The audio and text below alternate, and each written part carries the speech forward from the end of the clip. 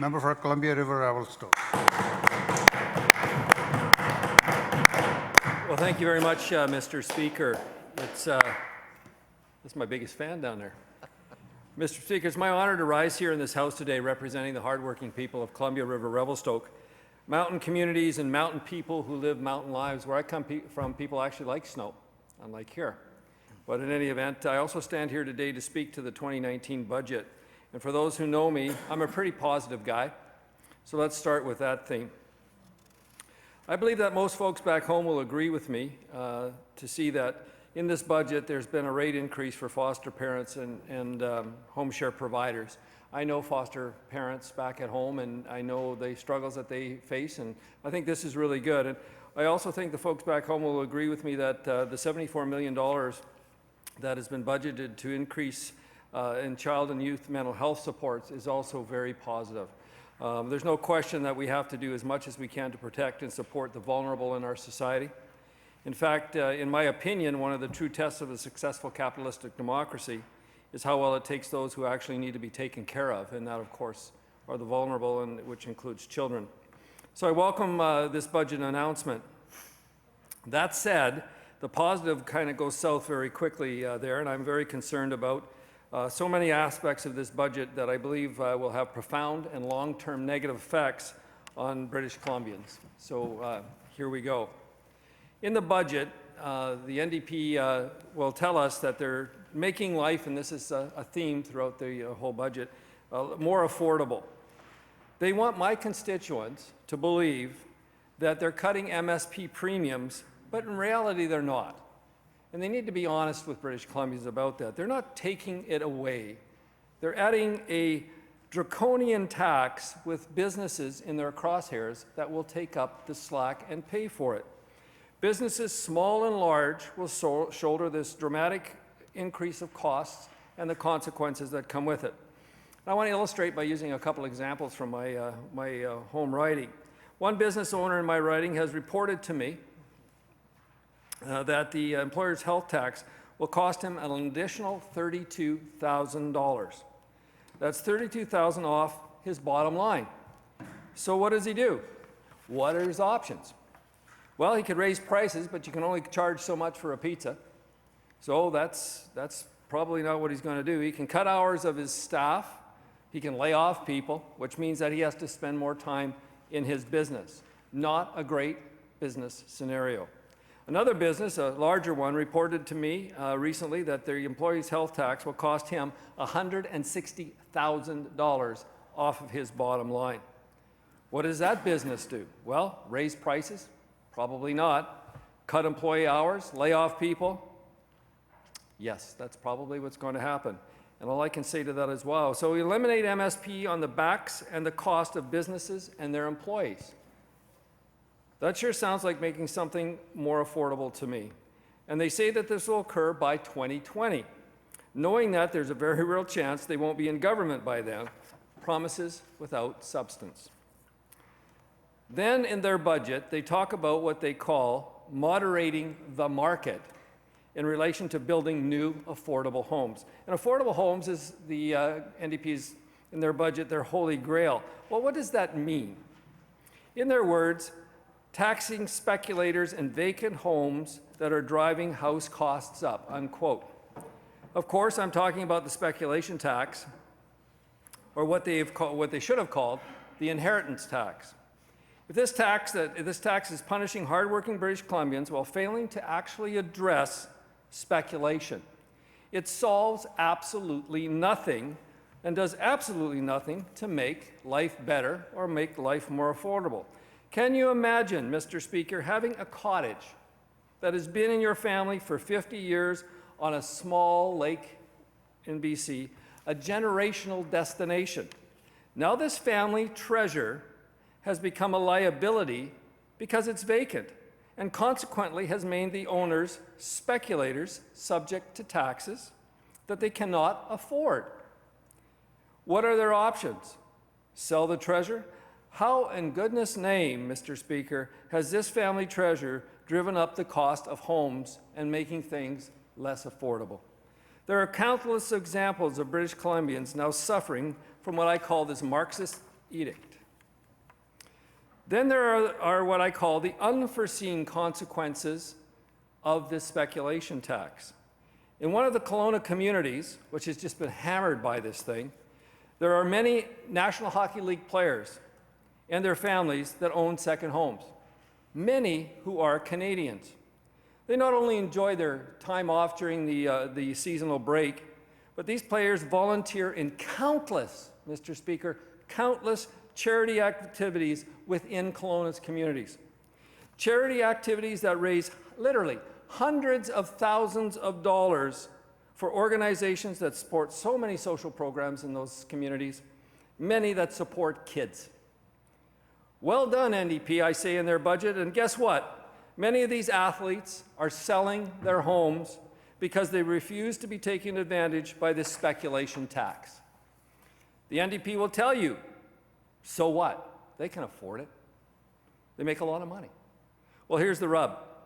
With these community-minded athletes and the sale of their homes, homes that a very few people could even afford, the charity opportunities and dollars that come with them that are helping these communities are now leaving these communities, and the amazing work that they're doing as charities, they're leaving, those support systems are leaving with them because of this speculation tax. This is what life looks better under the eyes of the NDP, in the end does nothing to address the affordable housing issue. Well done. Well done. Mr. Speaker, how does this in any universe represent a government that want people to believe they are working for people? Next, they want you to believe in their budget that they're going to create greater security for renters. There's a couple problems with that. The budget neglects to address their election promise of $400 renter rebate. I can remember during the election, I can remember them being touted, we're going to help renters, $400. Not a thing. Broken promise. That they hope that people have forgotten. Well, trust me, where I live, nobody's forgotten. In reality, the rental assistance program is creating fewer rental units. Let me clarify with some example.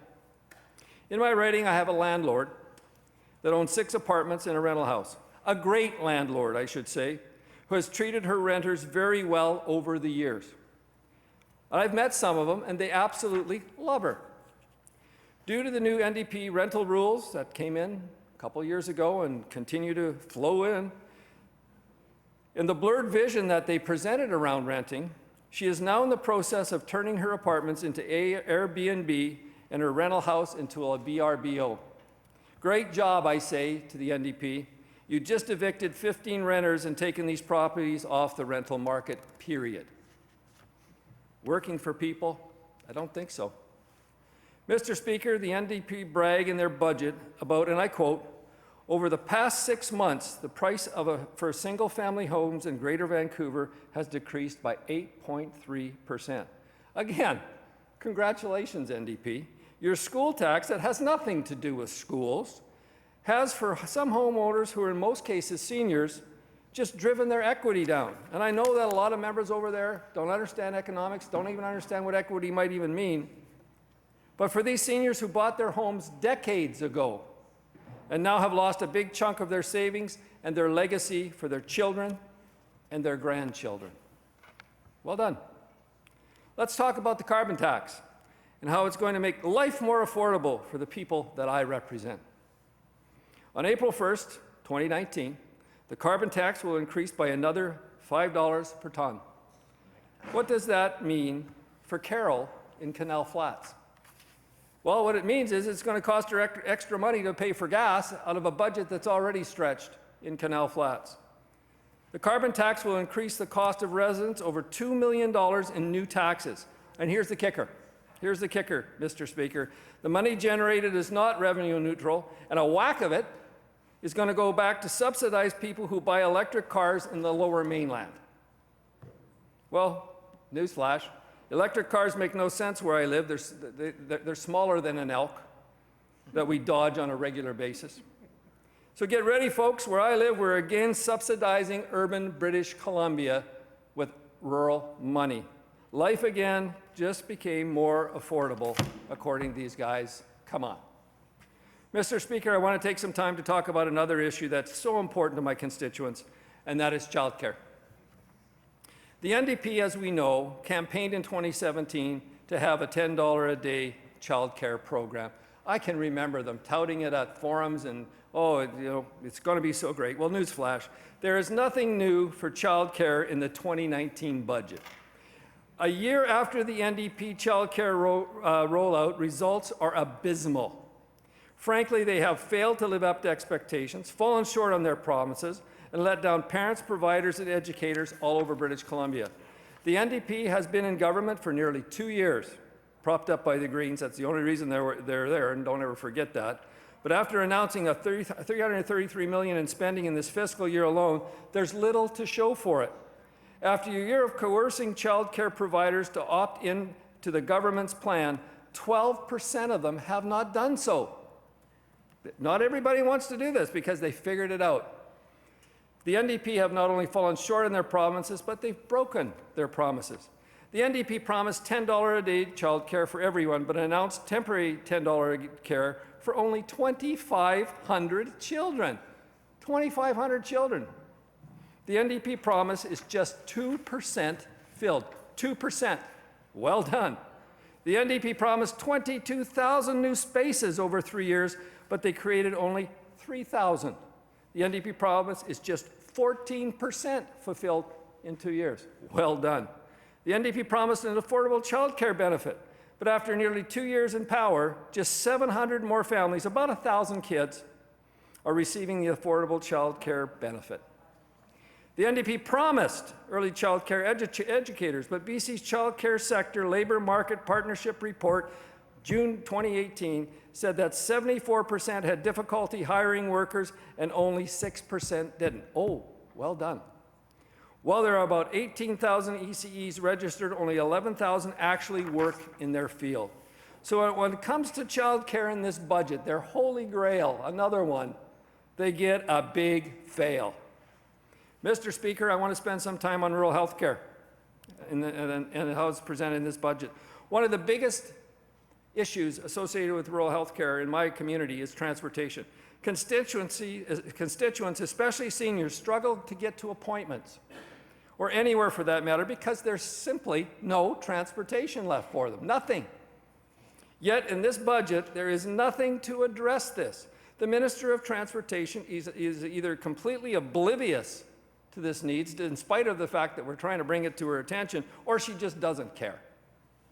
Yet the Premier is working with his new bestie, the Governor of Washington, who is actually being asked for advice to how to run our province, on building a high-speed rail line between Seattle and Vancouver.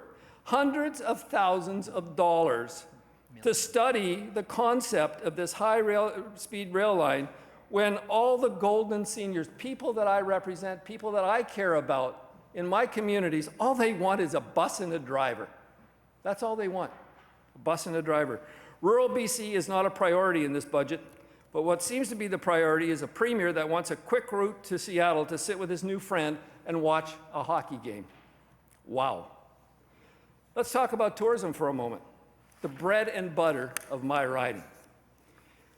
We are in a global competition for tourists, make no mistake, to bring people from all around the world to this province and drive the jobs and the prosperity of communities large and small. Yet in this budget, there's no new resources that will address this competition to bring tourists here. Nothing but one word mentioned for this underrepresented sector. One word. The minister said tourism. Wow. One would think that an industry that contributed more to the GDP than any other primary resource industry, including mining and forestry, would get more than a one-word mention. An industry that in 2016, and I use that as an example, employed 133,000 people in 19,170 tourism-related businesses and paid $4.7 billion in wages and salaries, and they get a one-word mention. Wow. There are economic storms, Mr. Speaker, that are gathering across this globe. British Columbia is a small trading economy that has the potential to weather these storms and to seize the opportunities that come with them if we're ready. But that's not happening. This budget is a fantasy when it comes to that. It's not recognizing that we are part of a global economy. Everything, trust us, it's going to be okay. Well, let's talk a little bit about, what about mining? Well, there's no plans for mining. There's no real vision for forestry. There's no vision for oil and gas, no vision for the service economy, no vision for the economic development of any kind. None. And then what about household bills? Housing starts are a leading indicator of provincial economies. Yet buried so deep in this budget, and on purpose, buried so deep in this budget, it's actually very hard to find. Very hard to find, and there's a very startling fact there. The building starts in this province will drop from 43,663 in 2017 to 30,517 in 2021. This completely undercuts the NDP's holy grail of housing affordability by limiting supply. Well, what does this mean for the construction folks in my riding? Get ready. These guys have just put thousands of construction jobs at risk. No vision for growing the sectors that build our communities and generate our shared opportunities. Just burdensome taxes with limited foresight. Where are the plans and resources needed to open new global markets? Where is the vision and resources for creating opportunities? Where are the ideas to spark new investments and job and career development creation? They certainly aren't in this budget. And what about investors? These guys simply don't understand the irrefutable fact, Mr. Speaker, that investment capital is highly mobile. And here's a news flash. Just like in the 90s under the NDP, investment capital is leaving this province again already. Companies have to follow the capital and go where the work is. And given the taxation climate in this province, they're going back and out of this province, just like the 1990s, back to the future. From a have province to a have-not province is the direction that this government is taking us. In fact, the NDP government seems to view jobs that will build careers as a four-lettered word. There's no resources allocated to generate jobs or a jobs plan, just bluster. On this side of the House, we know that jobs and continuing education will build careers and are the lifeblood of our province. And they are the ticket to our future, the ticket. Make no mistake, growing the economy is critical to sustainability, economic and environmental. Encouraging entrepreneurship and investment grow the economy. It creates jobs. It supports other businesses. It drives individuals and business spending. It increases revenue and it builds communities. Yet the entire concept seems to have completely vanished under the stewardship of this government. Then there's the threat again of the economic global downturn. If you're not certain about your job for the next year or so, you should take a hard look at your spending. And you try not to commit to spending that you might not be able to afford. This government hasn't done that. And back to that ticket. A good job is the ticket to success, and that's what I've already mentioned. Yet the only ticket that this government in their budget seems to be really concerned about are concert tickets. Stopping scalping is an interesting goal. It could get rid of a major nuisance for those who go to concerts. But it's hardly a vision for making life more affordable and ensuring a strong province that offers opportunities for British Columbians no matter where they live. I have families, Mr. Speaker, who are living in the bush, in and around communities like Golden. They're living in the bush because they cannot find a place to live, and these guys talk about concert tickets? Seriously. What an absolute insult to the people who are struggling just to stay alive so other people can have cheap concert tickets. It's clear that the NDP have no real vision for making life better for people, for helping families get ahead, and for making sure we are ready as a province to move forward together. The biggest thing this government could have offered is relief from the 19 new taxes, making life less affordable and making our future even more less uncertain. $13 billion, Mr. Speaker, in 2 years from the pockets of British Columbians. What is clear is that this government is the same old NDP, addicted to taxes, with no idea how to deliver a vision for a better future for anyone. As much as they like to tax, the NDP also love to spend. That's what makes this budget no big surprise. No mention of continued investment for search and rescue funding. Critical in this province, not a dime. No mention of increasing the much-needed numbers of paramedics and ambulance services in this province. Not a dime, nothing. Nothing. So, Mr. Speaker, let's summarize. This budget continues the NDP spending spree, which will cost British Columbians an extra $1,100 in new taxes over the life plan. That's out of their pockets. The NDP have increased spending by $13 billion, or 26%, since they took office, largely on the backs of the taxpayers. That's why British Columbians need a budget that grows the economy, not one that stands pat and pretends there's no risks ahead. No risks ahead. Everything's going to be fine. There's not a single mention of jobs or of growing the private sector economy in this budget. The NDP think that growing the economy is growing public sector jobs. Doesn't work that way. And affordable housing is getting worse as housing starts dropped 6.4% in 2018, are projected to drop another 16.7% this year and another 10% or more in 2020 and 2021. Jobs lost. The NDP are paying for these expensive promises through carbon tax. It is no longer revenue neutral, as I've mentioned. They're raising $6 billion over the next 3 years out of the pockets of British Columbians. One-time federal transfer payments that are critical to their budget, to their surplus. There's no guarantee they're going to get that. Double dipping with the MSP and the employees' health tax. The big NDP promise of child tax benefit won't take effect until 2020.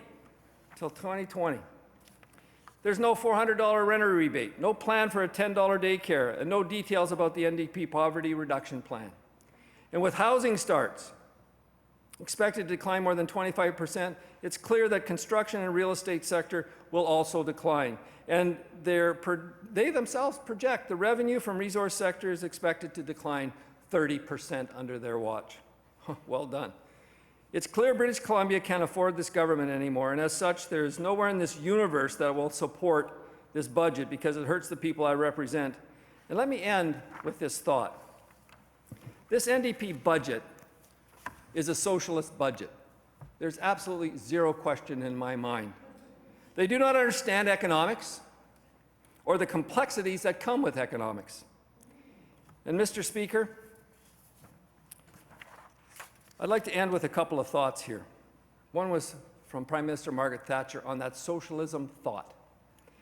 And I quote from her, "The problem with socialism is that you eventually run out of other people's money."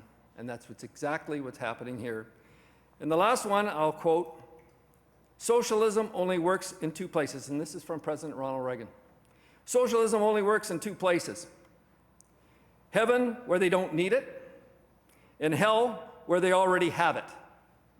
So, for the next little while, until we can get to the polls, Mr. Speaker, British Columbians are going to have to, and I welcome them to hell. Thank you.